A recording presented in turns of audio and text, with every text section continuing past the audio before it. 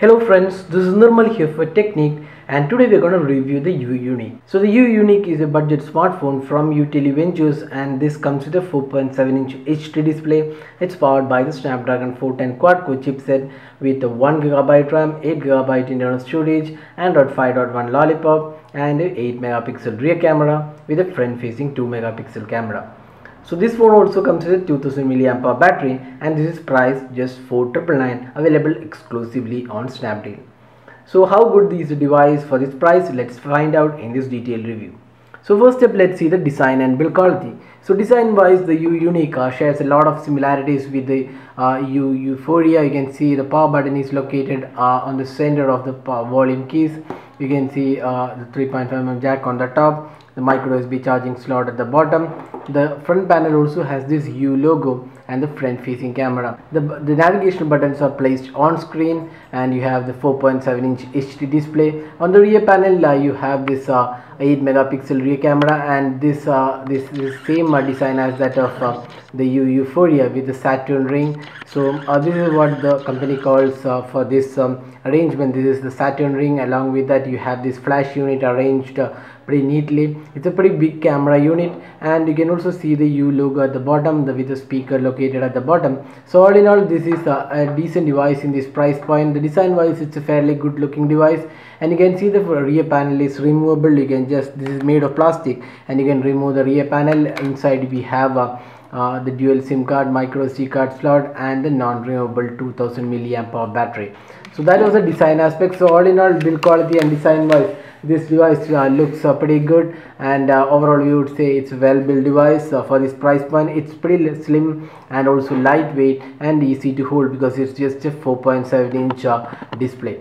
So that's the design aspect. Now moving on to the display. So this phone comes with a 4.7-inch HD display, that's 1280 by 720p display. Now this segment, this is below 5K price point, does not have too many devices with an HD display, and this is where the Yunique really holds out of the competition. So the HD display on the Yunique is pretty good quality when compared to the competition, and in the price point there isn't too many HD displays. But then having said that, the colors doesn't look really as vibrant and colorful like the Euphoria, and the display just changes the colors. When you tilt the display, you can see there is a slight change in colors when you tilt the display, but that's not really a big issue. The viewing angles are just decent, not really the best. Again, the touch response is not as good as the Euphoria, but overall we would say in this price point, this HD display is pretty good comparing the other devices which have FWEG displays and also QHD panels. So in that aspect, we would say display on this device is pretty good. Now moving on to the software and performance. So this device runs Android 5.1 Lollipop, and this has this almost stock like UI. Previously Eureka and the Euphoria ran Cyanogen OS, but this has this stock like Android. This is not Cyanogen OS, and you can see this runs Android 5.1.1 Lollipop, and this is not a custom UI, but then it is not the stock Android as well. And it does come with a decent amount of options as well.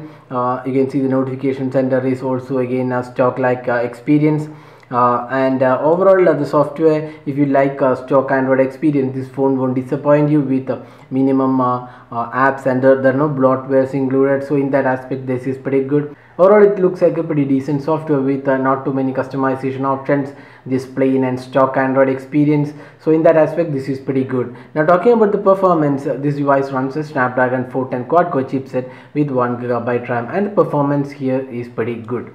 Now this device is a ultra budget device, so the performance is also pretty good in this price point. Now if you push this device hard to too many tasks like heavy RAM consuming tasks, then you can definitely see some lag here and there when switching apps. If you switch from one game to another which run in the background, then you can definitely see some lag. But then this is not the device which is suited for heavy gaming or heavy multitasking, because this is a budget device, so it has these limitations.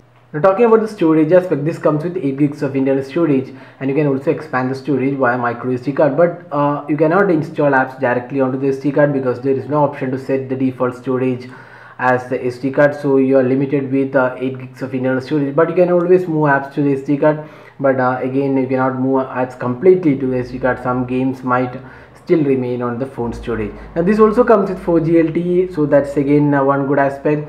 so you can use your 4G SIM cards on this device. It's dual SIM card phone, and you can also expand the storage. So all in all, the performance and software side, this is a pretty good device overall, with a decent performance and a pretty decent software as well. Now talking about the camera, so this device comes with an 8 megapixel rear camera, and we already done a detailed camera review. So you can see the camera interface is kind of new for a U device, and this is not a stock interface, nor it's a cyanogen interface. So you can see it does have a lot of options. It's a feature rich feature rich camera interface with good set of options, and you also have a recording included, and there is also front facing 2 megapixel camera. So all in all, this does have a pretty good amount of features, and when we reviewed the camera, we said this is one good camera in this price point with great photos. You can see the colors have come really good. The photo clarity for a budget phone below 5k price point, this is really good stuff. And we did have some issue with autofocusing on our unit. Probably this is issue with our unit, we are not really sure on that. So overall clarity of photos along with color reproduction, although the contrast ratio was slightly on the higher side, but still for a budget smartphone, this is pretty good performance. Now the video recording on this device was also pretty good. You can record videos in full HD mode, and here is the sample which we recorded, and it's a pretty decent sample considering this is a budget smartphone. Now the front facing 2 megapixel camera is just average, not really that great in terms of the performance, and the photos are just good enough for social shares and not really that great clarity. But overall we would say this is a good camera smartphone in this price point with above average performance in the budgets category.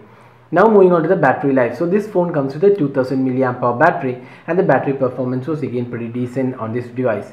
With 2000 mAh battery, when we tested, we could get 1 day of usage with average usage, with calls, browsing, social networking, taking few photos, and playing few games. We could end up 1 day of usage on this device. So that is pretty decent performance overall on the battery aspect, and you can get 1 day of usage on this device.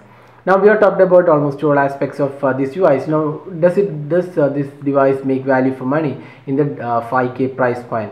Definitely yes, because this just price 4999 and does come with really good display quality. It's an HD display. Software and performance is again pretty good. Design wise, this is again a good design. Overall build quality is pretty good. The camera is above average, and the battery performance is also pretty decent. So at 4999, definitely a good device to buy. Now having said about the strong points of this device, now the biggest issue with this device is this after sales warranty. Now U devices also always had an issue with servicing, because initially the service center was located only in Delhi, and you have to send the device to service in Delhi. But now the company says Micromax service centers can also take up U devices, but still we feel a lot of readers have had issues servicing the device in Micromax service centers.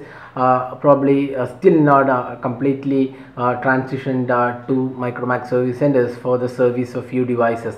So that's one big issue. Servicing is still a big issue on U devices. So if you're not really worried about that aspect, the Yunique is a really good buy at 4999. So there's a detailed review of the Yunique. So hope you like this video. Don't forget to hit the like button and also subscribe to our YouTube channel for more videos. Thanks for watching. Have a great day.